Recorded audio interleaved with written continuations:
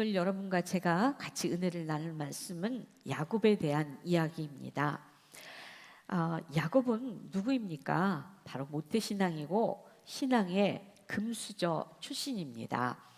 할아버지는요, 자그마치 믿음의 조상 아브라함입니다. 그리고 할머니는 열국의 어머니 마리아입니다. 아버지는 이삭이고 어머니는 천만인의 어머니 리브가입니다. 신앙의 금수저를 넘어서서 신앙의 다이아몬드 출신입니다. 그런데요, 야곱의 실제 모습은 전혀 그렇지 않았습니다. 불신자와 다름이 없었습니다. 우선 야곱의 이름부터가 전혀 신앙적이지 않았습니다. 야곱의 뜻은요, 발뒤꿈치를 잡은 자, 뒤를 쫓는 자, 넘어뜨리는 사람, 속이는 자, 간사한 자, 대략 이런 뜻입니다. 야곱은 자신의 이름답게 목적을 이루기 위해서는 수단과 방법을 가리지 않는 잔꾀쟁이로 평생을 살았습니다. 야곱은 엄마 뱃속에 있을 때부터 부모의 사랑과 장자권을 놓고 쌍둥이 형 에서와 필사적으로 경쟁하였습니다. 당시에 장자의 고난은 참 대단하였습니다.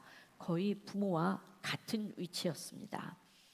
야곱은 형 에서의 장자권이 몹시도 탐이 났습니다. 그래서 비열한 방법을 동원해서 장자권을 형으로부터 빼앗았습니다. 사냥하고 막 돌아온 배고픈 형에게 팥죽 한 그릇을 주면서 장자권과 바꾸자고 제안을 하였습니다. 너무나 배고팠던 형 에서는 별 생각을 하지 않고 그러자라고 하였습니다. 형 에서는 당장에 식욕에 눈이 어두워서 그 귀한 장자권을 동생에게 넘겨주고 팥죽 한 그릇을 얻어먹었습니다. 팥죽 한 그릇을 형에게 주면서 야곱은 자신이 그토록 원하였던 장자권을 넘겨받았습니다. 물론 형 에서도 참 부족한 사람입니다. 아무리 배고프다도 그렇지 그 귀한 장자권을 팥죽 한 그릇에 넘겨주는 에서도 참으로 안타까운 그런 사람입니다.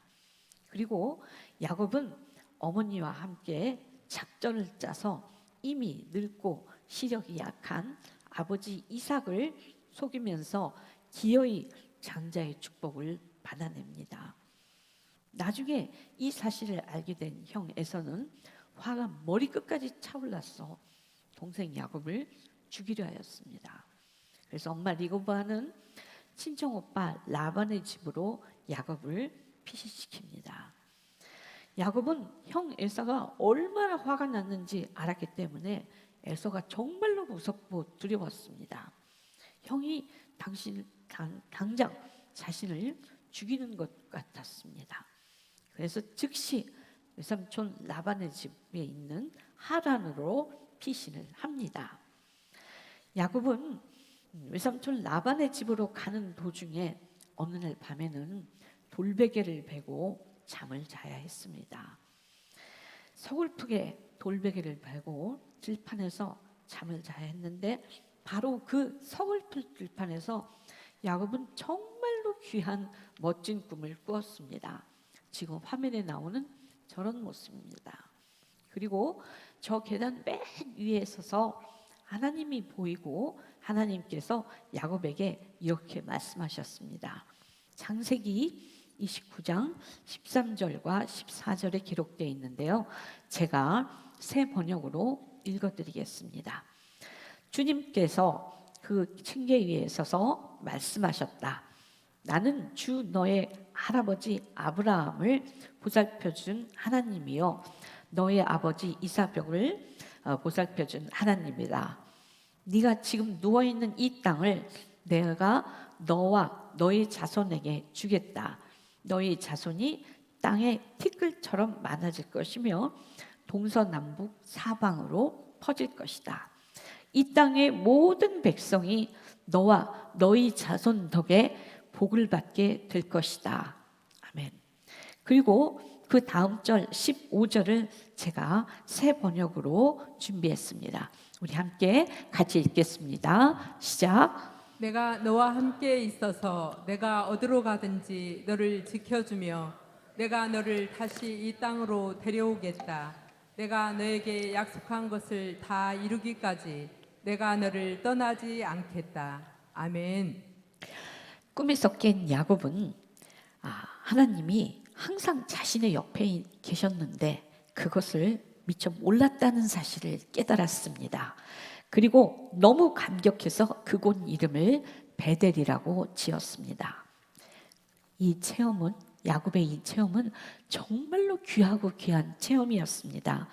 그런데 안타깝게도 이 귀한 체험이 야곱의 성품, 야비한 잔꾀로 자신의 욕심을 어떻게든지 채우고자 하는 그 성품을 바꾸지는 못하였습니다.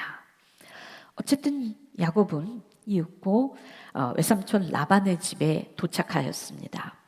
그런데요, 외삼촌 라반은 야곱보다 훨씬 더 잔꾀를 많이 부리는 정말 욕심이 많은 사람이었습니다. 야곱이 사기꾼 2단이라면 외삼촌 라반은 사기꾼 9단이었습니다. 우리가 흔히 말하는 속담에 이런 것이 있습니다. 남의 눈에 눈물 내면 내 눈에 피눈물이 난다. 아마 성도 여러분 모두 여태까지 살아오면서 이 속담을 몇 번씩은 다 들어봤을 것입니다. 남을 아프게 하면 나중에 나는 더 아프게 된다는 뜻이죠. 야곱은 가족인 형과 아버지를 속여서 비열하게 장자권을 빼앗았습니다. 외삼촌 라반은 야곱에게 갖은 궤변을 늘어놓으면서 조카 야곱을 무려 20년 동안 목동으로 부렸습니다. 라반은 10번이나 말을 바꿔가면서 20년 동안이나 교묘하게 조카 야곱의 노동력을 착취하였습니다. 야곱이 형과 아버지를 잔꾀로 속인 것을 공의의 하나님은 외삼촌 라반을 통해서 이렇게 갚게 하셨습니다. 20년이 지난 후에야 비로소 야곱은 하나님의 은혜로 탐욕스러운 외삼촌 라반의 손에서 벗어날 수 있게 되었습니다. 20년 전에 야곱이 외삼촌 라반에게 올 때에는 혈혈단신 혼자 왔지만 떠날 때는 완전히 반대였습니다. 아내가 넷이었고 아들이 11, 딸이 하나 있었고 그래서 자식이 모두 12이었습니다. 그리고 그 사이에 많은 가축과 재산을 모았습니다. 그런데 야곱은 외삼촌 라반 몰래 가족과 가축을 모두 이끌고 고향으로 밤중에 떠났습니다. 탐욕스러운 외삼촌 라반이 순순히 그것을 허락해 줄 리 없기 때문에 몰래 밤에 떠난 것입니다. 아니나 다를까 뒤늦게 라반은 야곱이 일가족을 데리고 밤에 몰래 떠난 것을 알고 야곱을 잡으려고 추적하기 시작하였습니다. 야곱은 그야말로 사면초가의 상황에 처해졌습니다. 뒤에서는 외삼촌 라반이 추격해 있고 앞에서는 아직도 형 에서가 자신에게 복수하고자 칼날을 갈고 있는 상황입니다. 야곱은 전진도 못하고 후진도 못합니다. 말 그대로 진퇴양난의 상황입니다.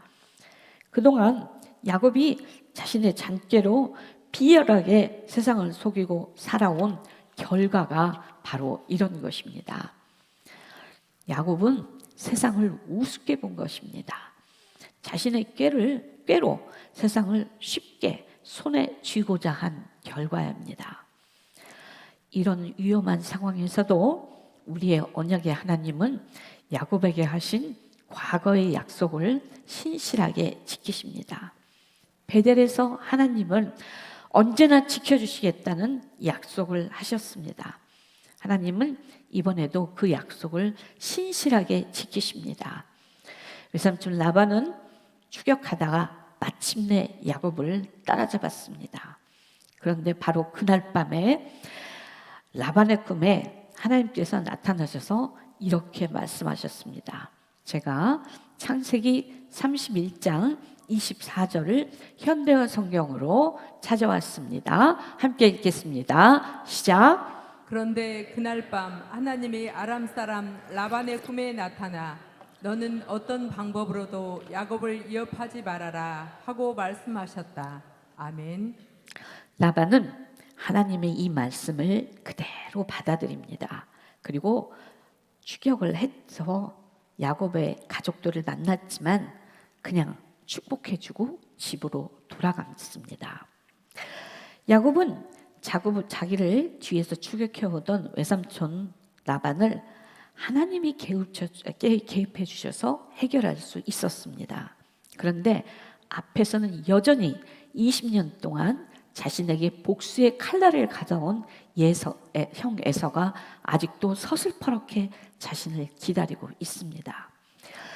20년 전에 자신이 어줍잖게 부렸던 잔꾀의 민낯이 지금 그대로 드러나고 있는 것입니다. 20년이 지났으니까 이제는 웬만큼 희석되고 이제는 잊혀졌겠지 하고 기대했지만 아닙니다. 지금도 형은 복수의 칼날을 서슬퍼렇게 갈고 있습니다. 우선 그래서 야곱은 자기 살아온 대로 잔꾀로 형 에서에게 사람을 보내어 많은 재산을 주겠다고 그렇게 제안을 하였습니다. 그리고 창세기 42장 4절과 5절에서 보면은 형을 주라고 하고 자신을 종이라고 하면서 주께 은혜 받기를 원하나이다 하고 자신을 낮추고 또 낮추었습니다. 그러나 형은 도리어 400명의 사병을 이끌고 야곱을 죽이려고 달려오고 있다는 그런 소식을 듣게 됩니다. 야곱은 여러 가지 작전과 선물 공세를 펼칩니다. 야곱이라는 이름이 속이는 자, 간사한 자라는 뜻이 있는 것처럼 형의 복수를 피하기 위하여 야곱은 모든 수단과 방법을 강구하였습니다. 일단 가족과 모든 가축을 야복나루를 건너가게 하였습니다. 그리고 야곱은 야복나루에 혼자 남았습니다. 제가 창세기 32장 24절을 준비했습니다. 함께 읽겠습니다. 시작. 야곱은 홀로 남았더니 어떤 사람이 날이 새도록 야곱과 씨름하다가 아멘. 야곱은 형 에서가 얼마나 크고 분노가 얼마나 크고 오래됐는지 잘 알고 있었습니다. 그래서 형 에서의 보복이 참으로 두려웠습니다. 그러나 야곱은 이제는 더 이상의 방법이 없었습니다. 아무리 잔꾀쟁이 야곱이라도 이제는 어찌할 방법이 없었습니다. 도움을 청할 것도 더 이상 없었습니다. 진심으로 형 에서가 무서웠습니다. 그리고 이제는 혼자 남아서 이제야 하나님을 바라보았습니다. 잔꾀로 살다가 인생의 벼랑 끝에 몰리니까 하다 안 되니까 이제야 모든 것을 내려놓고 하늘에 계신 하나님을 이제야 제대로 붙잡았습니다. 그런데요, 바로 그때 어떤 사람이 나타났습니다. 야곱은 그 사람과 날이 새도록 씨름을 하였습니다. 그 사람이 과연 누구일까에 관해서는 여러 가지 의견이 있습니다. 그런데 그 창세기 32장 28절 이후에 기록된 것을 보면은 그 사람은 바로 하나님이심을 우리가 알 수 있습니다. 저기 이렇게 나와 있죠. 저렇게 목숨을 걸고 밤새 저렇게 씨름하였습니다. 그런데 하나님은 왜 이렇게 밤새 야곱과 씨름하셨을까요? 하나님께서는 평생 수단과 방법을 가리지 않았던 야곱에게 죄가 무엇인지, 하나님의 공의가 무엇인지 가르치기 위하여 야곱과 씨름하셨습니다. 즉 하나님께서는 형 에서가 두려워 벌벌 떠는 야곱에게 나타나셔서 형 에서를 두려워하지 말아라. 형 에서보다 네가 그동안 지은 죄가 훨씬 엄청나고 더 크다라는 것을 알려주기 위해서 야곱과 씨름하셨습니다. 즉 하나님의 공의와 야곱의 죄성이 부딪힌 것입니다. 죄의 싹은 반드시 사망입니다. 그래서 야곱은 반드시 죽어야 했습니다. 야곱은 자신의 죄가 얼마나 큰지 이제야 비로소 깨달았습니다. 야곱은 자신이 죽어 죄로 자신의 죄로 마땅히 죽어야 할 죄인임을 이제야 비로소 깨달았습니다. 그러나 이렇게 허망하게 죽지 않으려고 하나님께 끈질기게 매달린 것입니다. 그 씨름은 야곱에게는 생명을 건 몸부림이었습니다. 그래서 야곱은 하나님이신 사람을 필사적으로 밤새 붙잡고 놓아주지 않았습니다.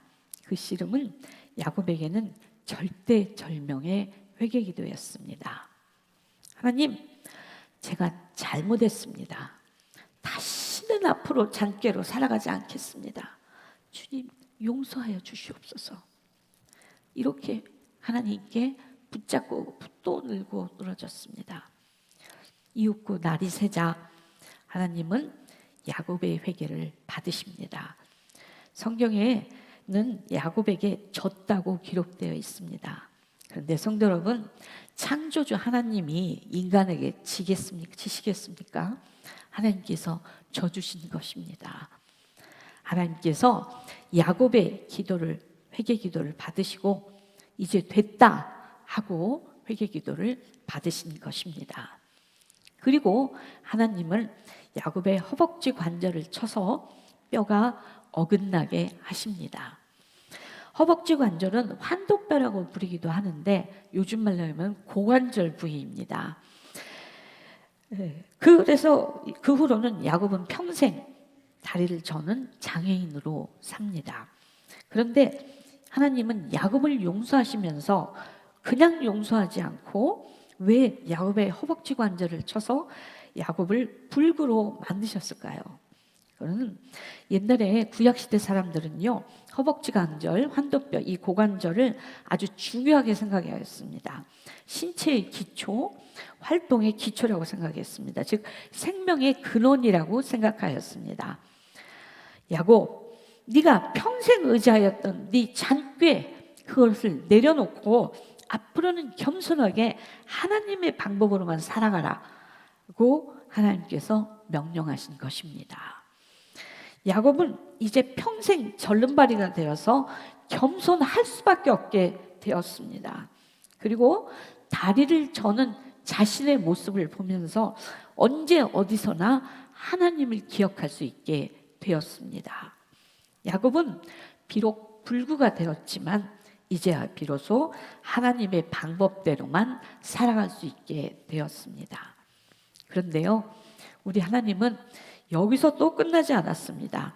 야곱의 이름까지도 바꾸셨습니다. 제가 창세기 33장 28절을 준비했습니다. 함께 읽겠습니다. 시작. 그가 이르되 내 이름을 다시는 야곱이라 부를 것이 아니요 이스라엘이라 부를 것이니 이는 내가 하나님과 및 사람들과 겨루어 이겼음이니라.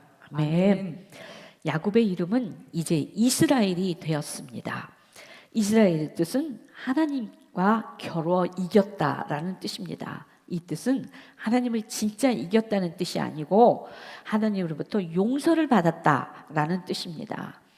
하나님께서는 야곱의 이름까지 바꾸셨습니다. 이렇게 이름까지 바꾸신 이유는 야곱에게 다시는 네 잔꾀로 살아가지 말아라. 항상 하나님의 공의를 기억하면서 살아가라고 그렇게 하신 것입니다. 하나님은 잔꾀쟁이 야곱을 바르게 고쳐 세우신 후에야 그 다음에 복을 주신 것입니다. 그리고 야곱의 새 이름 이스라엘은 나라와 민족을 대표하는 그런 이름이 되었습니다. 성도 여러분, 에서와 야곱은 쌍둥이 형제였습니다. 그런데 하나님은 에서와 야곱이 엄마 뱃속에 있을 때부터 야곱을 선택하셨습니다. 제가 창세기 25장 23절을 세 번역으로 읽겠습니다. 주께서 그에게 대답하셨다. 두 민족이 너희 태 안에서 내 태 안에 들어있다. 너희 태 안에서 두 백성이 나뉠 것이다. 한 백성이 다른 백성보다 강할 것이다. 형이 동생을 섬길 것이다. 하나님께서 왜 형 에서보다 동생 야곱을 선택하셨는지 우리는 알 수가 없습니다. 선택은 전적으로 토기장이신 하나님의 주권이십니다. 마치 우리가 하나님의 자녀로 선택된 것과 같습니다. 우리가 교회 밖에 있는 사람보다 얼마나 더 착하고 선해서 우리가 구원받고 하나님의 자녀가 된 것이 아닙니다. 또 교회 밖에 있는 사람들이 우리보다 더 악해서 아직 구원을 받지 못한 것도 아닙니다. 이렇게 구원과 선택은 전적으로 하나님의 주권입니다. 그러나 구원받았다고 해서 모든 문제가 다 해결되는 것은 아닙니다. 우리가 하나님의 자녀답게 신실하게 살아내야 합니다. 오늘 우리가 묵상한 야곱의 모습은 바로 우리의 모습입니다. 선택받고 구원받아 하나님의 자녀가 되었다고 해서 그냥 대충 안일하게 믿음 생활을 하면서 복을 기대해서는 안 됩니다. 말씀대로 온전히 살아가야겠죠. 또한 야곱의 회개기도처럼 회개기도는 하나님이 이제 되었다 할 때까지 하는 것입니다. 그저 하나님께 한번 하나님 잘못했습니다 하고 회개기도를 올렸다고 해서 우리 죄가 그냥 용서받는 것이 아닙니다. 하나님께서 이제 되었다 할 때까지 하는 것입니다. 하나님은요, 피해자가 용서하는 마음이 들 때 우리 죄를 용서해 주시는 것입니다. 오늘 여기 금요 성령 집회에 오신 성도 여러분, 이제 저와 여러분 모두 우리의 습관적인 실수를 그냥 유야무야 그냥 내버려둬서는 안 됩니다. 사랑의 하나님, 용서의 하나님께서 용납해 주실 거야 라고 핑계를 대서는 안 됩니다.